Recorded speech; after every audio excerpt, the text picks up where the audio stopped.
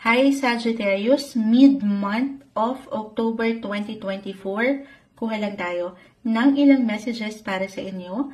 As usual, mensaheng gabay lamang po. Hihingi din tayo ng ilang mensahe para dito sa parating na full moon in the sign of Aries.